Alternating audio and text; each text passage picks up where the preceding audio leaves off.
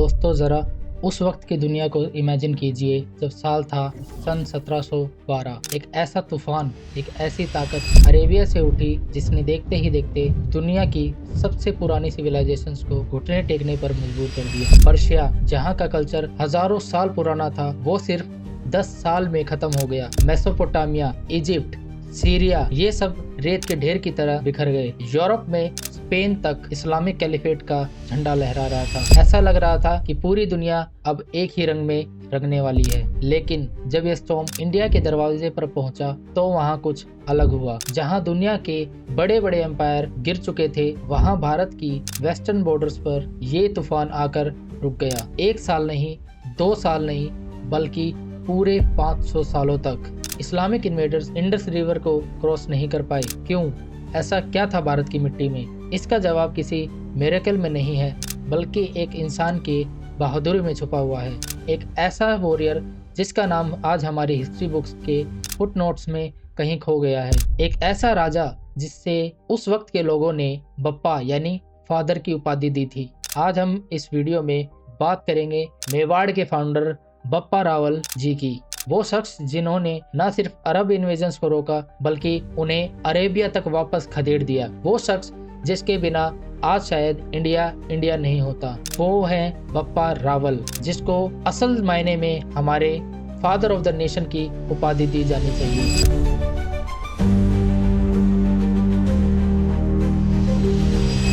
बप्पा रावल की कहानी शुरू होती है एक ट्रेजेडी से। उनके जन्म गहलोत डायनेस्टी में हुआ था। ये वही वंश है जो अपने आप को सीधे प्रभु श्री राम के बेटे लव से जोड़ते हैं। लेकिन बप्पा का बचपन किसी राजमहल में नहीं बीता। उनके पिता नागदित की हत्या कर दी गई थी जब बप्पा बहुत ही छोटे थे।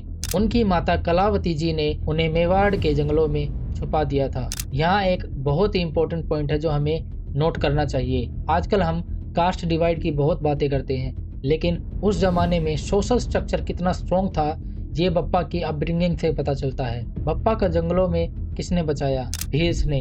भील राजा मंदालिक ने न सिर्फ बप्पा को शरण दी, बल्कि उन्हें अपने बेटे की तरह पाला। ये वही रिश्ता है जो आज भी मेवाड़ की रॉयल फैमिली और भील कम्युनिटी के बीच एग्जिस्ट करता है। बप्पा का टाइटल रावल भी उन्हीं भील्स कम्युनिटी ने उन्हें दिया था, जिसमें रा का मतलब था राज्य यानी स्टेट, वा का मतलब था ब्लेसिंग्स और एल का मतलब था लक्ष्मी यानी वेल्थ। सोचिए, एक प्रिंस जिसका किंगडम छीन लिया गया, वो आदिवासियों के बीच बड़ा होता है और उनका लीडर बनता है। जंगल में रहते हुए बप्पा की मुलाकात एक शिव भक्त से हुई जिनका नाम हरित ऋषि था। ये मिलन हिस्ट्री का टर्निंग पॉइंट था। हरित ऋषि ने बप्पा के अंदर एक आग को पहचाना। उन्होंने बप्पा को सिर्फ तलवार ही चलाना नहीं सिखाया, बल्कि शिव तंत्र के सीक्रेट्स, मोरालिटी और धर्म की रक्षा के प्रिंसिपल सिखाए। हरित ऋषि ने ही बप्पा को भगवान एकलिंग जी, जो कि भगवान शिव के अवतार थे, उनका भक्त बनाया।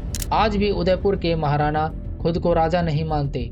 वो मानते हैं कि असली राजा एकलिंग जी है और वो सिर्फ उनके दीवान यानी कि प्राइम मिनिस्टर हैं। इसी स्पिरिचुअल ट्रेनिंग के दौरान बप्पा को माँ भवानी के दर्शन हुए। माँ भवानी ने ही उन्हें डायरेक्शन दी कि वो जाएं और चित्तौड़ की मौर्य डायनेस्टी की सेवा करें। जब बप्पा रावल मेवाड़ में तैयार हो रहे थे, तब इंडिया के वेस्टर्न बॉर्डर पर सिंध में एक बहुत बड़ी घटना घटती है। जो साल था 712 ईस्वी। जगह थी सिंध। वहाँ के राजा थे राजा दाहिर सेन। अरेबिया से एक 17 साल का लड़का मोहम्मद बिन कासिम अपनी आर्मी लेकर सिंध पर अटैक करने आता है। शुरू में राजा दाहिर और उनके भाई ने कासिम के कई हमले नाकाम किए, लेकिन फिर वही हुआ जो भारत के इतिहास में बार बार होता है।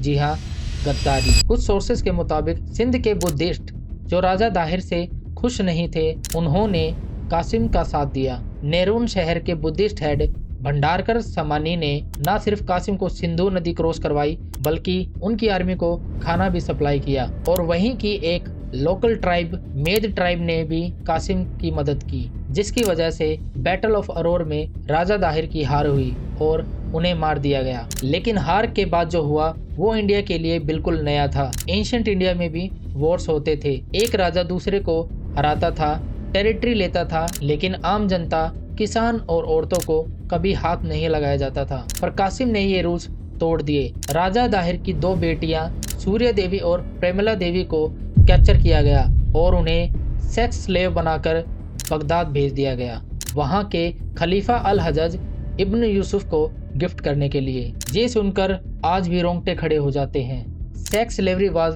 Unheard of Hindu civic and military life. ये पहली बार था कि जब भारत की धरती पर औरतों को माल गनीमत समझा गया। इस घटना की खबर जब चित्तौड़ पहुंची, जहां राजा दाहिर के बेटे भाग कर आए थे, तब बप्पा रावल जी का खून खोल उठा।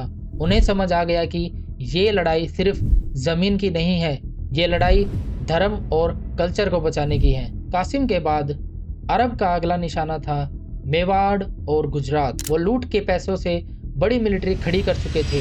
उस वक्त चित्तौड़ पर मौर्य डायनेस्टी का राज था। राजा मनमोरी वहाँ के रूलर थे और बप्पा रावल यहाँ पर उनके एक सामंत थे। लेकिन जब अरब इन्वेजन का खतरा बढ़ा तो बप्पा ने कमांड अपने हाथ में ले ली। बप्पा रावल जी ने रियलाइज किया कि अकेले लड़ने से काम नहीं चलेगा।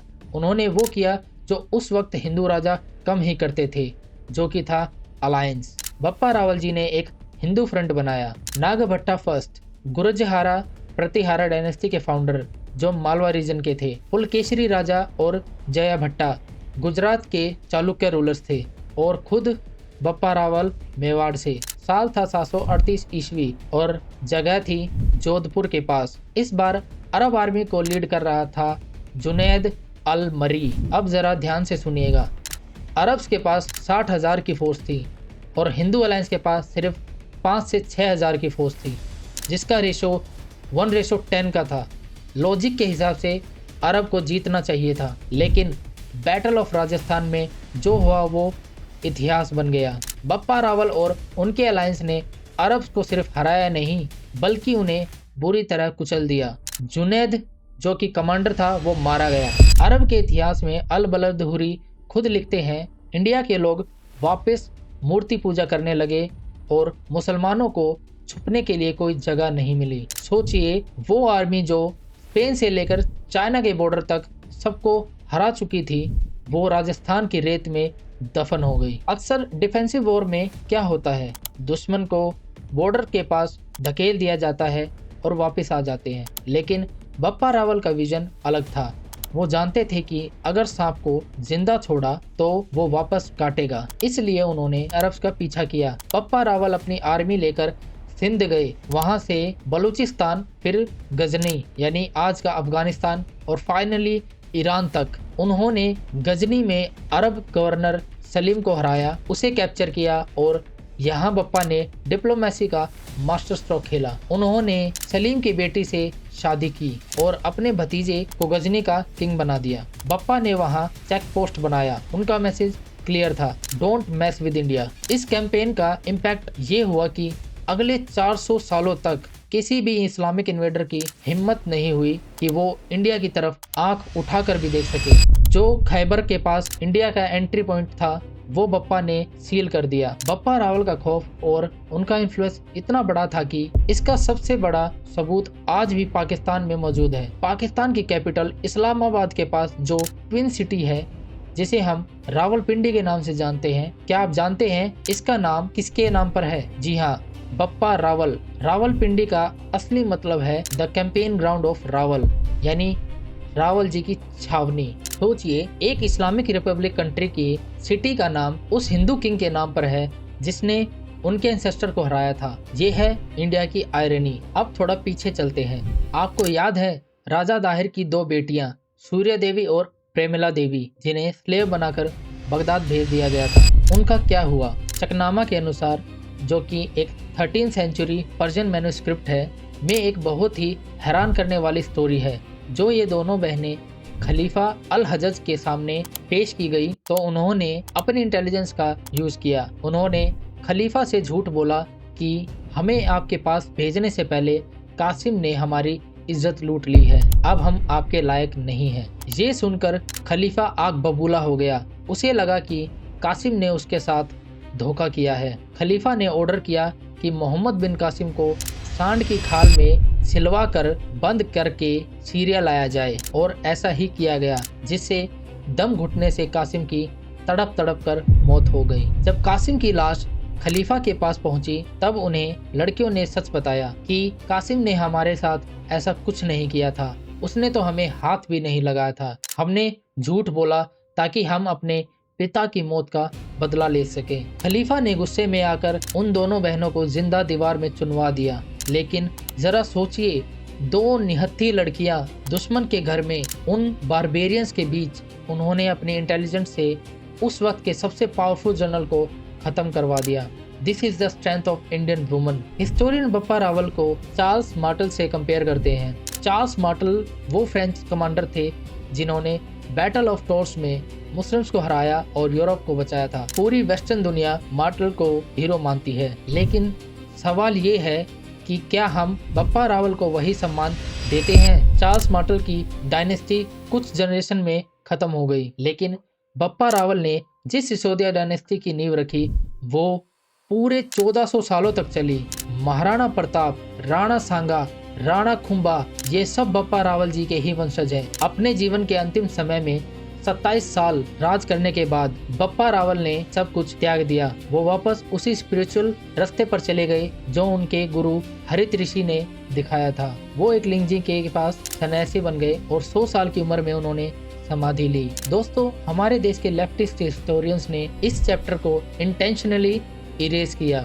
हमें पढ़ाया गया कि इंडिया हमेशा हारता आया है। हमें ये नहीं बताया गया कि बैटल ऑफ राजस्थान में हमने अरब्स को वो जख्म दिया कि वो 5 सेंचुरी तक खड़े नहीं हो पाए। अगर बप्पा रावल नहीं होते तो आज सनातन धर्म शायद एक्सिस्ट ना करता। इंडिया का हाल भी पर्शिया और इजिप्ट जैसा होता। यहाँ तक कि आज अफगानिस्तान और पाकिस्तान में जो थोड़े बहुत हिंदूज और सिख बचे हुए हैं वो बप्पा रावल जी के बनाए हुए सिस्टम और फियर का ही रिजल्ट है। हिस्ट्री सिर्फ डेट याद करने के लिए नहीं होती, हिस्ट्री हमेशा बताती है कि हम कौन हैं। बप्पा रावल जी की कहानी हमें सिखाती है कि जब धर्म और एकता साथ मिलते हैं तो बड़ी से बड़ी सुपर पावर भी घुटने टेक देती है। आज जरूरत है कि हम बप्पा को वही जगह दे जो उन्हें मिलनी चाहिए, जो कि है द फादर ऑफ इंडिया। जी हाँ, आपका क्या ख्याल है इस बारे में? क्या स्कूल टेक्स्ट में बप्पा रावल जी के चैप्टर्स मैंडेटरी होने चाहिए? नीचे कमेंट करके ज़रूर बताएं। और अगर ये वीडियो पसंद आई हो तो शेयर ज़रूर करें, क्योंकि इतिहास वही जिंदा रहता है जो दोहराया जाता है। और मिलता हूँ आपको एक और नई वीडियो में। जब तक के लिए जय हिंद।